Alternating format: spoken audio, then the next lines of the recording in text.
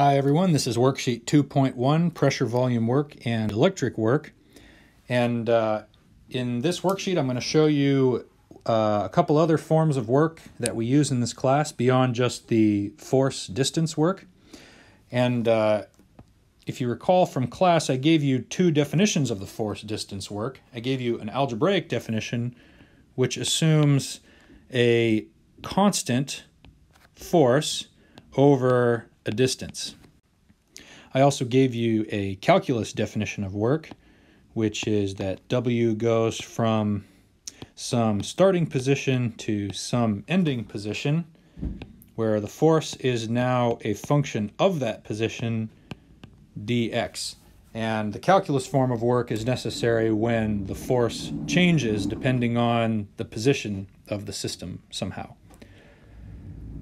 All right, well, moving on down here, we're going to consider a form of work that we use most frequently in this class, and that is pressure volume work. So we need to convert from force distance work to pressure volume work. And we're going to start by recognizing that the units of pressure are force per area, as we said on an earlier worksheet, and the symbols for that are going to be F over A. But what I'm going to do is I'm going to put down FEXT to indicate that the work being done on the system has to come from some sort of external force, okay? It can't be a force originating from inside the system because a system can't do work on itself. Work can only be done on the system from some sort of exterior influence, or the system does work against some sort of external influence. All right, let's consider this piston that I have drawn over here.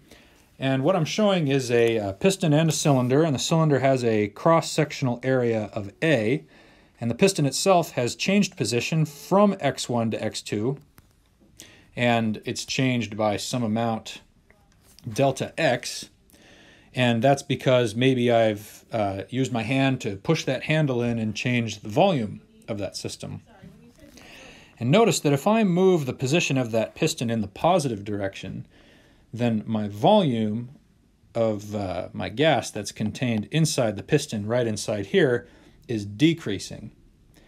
And hopefully it's clear then that the change in volume is going to be negative area times the change in x, like that. And if I have a very, very small change in volume, dx, because delta V represents a large change in volume, but dV represents a very, very tiny change in volume. That's just going to be negative area times dx, like that. Okay, let's go ahead and write down the expression for work that I have up here. I'm going to, again, write external force, because a system can't do work on itself, times delta x. But then I'm going to say that this equals something slightly different. An external force divided by the area times an area times change in position. And hopefully you see that this represents an external pressure, and this right here represents a negative change in volume. And so if we come on back up here, I can write a new algebraic form of work where W is equal to a negative external pressure times a change in volume. Now, I might as well put an external on these forces as well, because the work that's being done on the system is always going to come from an external force. And then let's go ahead and write the calculus form of the pressure volume work. Work is going to be equal to an integration from some starting volume to some ending volume. I can't forget the negative sign. And then the external pressure, that's going to be a function of the volume integrated over that volume. Okay, before I move on to the next expression for work, I just want to discuss why there's a negative sign in the pressure volume work expression. And it made sense the way that I derived it mathematically over here, but that was just because of the direction that the piston was facing. If the piston was facing the other direction, then it wouldn't make much sense. And so why the negative sign? Well, the negative sign is always there, no matter which direction the system is facing, obviously.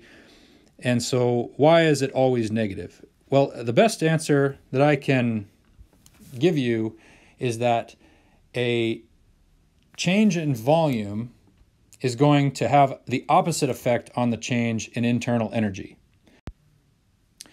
So I'm going to write that a positive change in volume results in a negative change in internal energy. And that's because if the system is expanding, then it's going to be exerting energy in order to do so. So therefore, the system's energy is going to decrease with an expansion. So if the delta V is positive, then the work's going to be negative. And in contrast, a negative delta V results in a positive change in internal energy. That's because a negative change in volume is going to be a compression of the system, and if you're compressing the system, then you're adding energy to it. Let's move on over to our next side of the worksheet here, where we're going to talk about another form of work, and that is electrical work. Now, the entries for each of these blanks are that a charge, so like an electric charge, whose symbol is Q by convention, feels force in an electric field. And the symbol for an electric field is E. And what that force is going to be is the magnitude of that charge times that electric field. So therefore, if we just put that expression right into our force distance work, then we get an integration from one position to another position, QE, and the electric field is going to be a function of the position in general, and we have to integrate over that position. And this happens to equal Q times, this is the Greek letter phi, and what that symbol represents is the voltage, which is in units of energy per charge. So by multiplying that times the charge, Q, you get units of energy, which is what work is going to be in. All right, down here, I've got a sample problem that I'd like you to try. Over here, you have everything that you need to solve this problem. So I've got the expression for work right here, and then I've got what the function of the pressure is with respect to the volume. So what we want is the work in terms of the starting and ending volumes. Take a few minutes and give it your best shot, and then we'll come together and I'll show you how you solve this. But go ahead and pause the video now.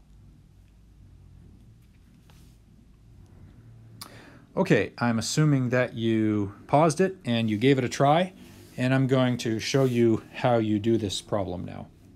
First, I write that work is going to be the negative derivative of the starting volume to the ending volume, and then I'm going to plug in the expression for P external, nRT divided by V dV. And I can immediately make this easier by pulling out the constants that aren't being integrated, and I'm still V1 to V2, but now I've got 1 over V dV.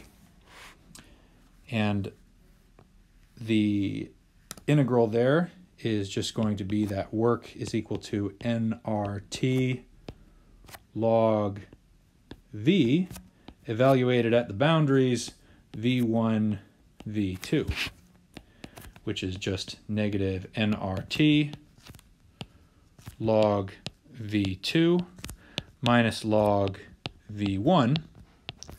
But if we remember our rules from logland, a subtraction in the real world corresponds to a division in logland. So I can write that work equals negative nRT log v2 over v1.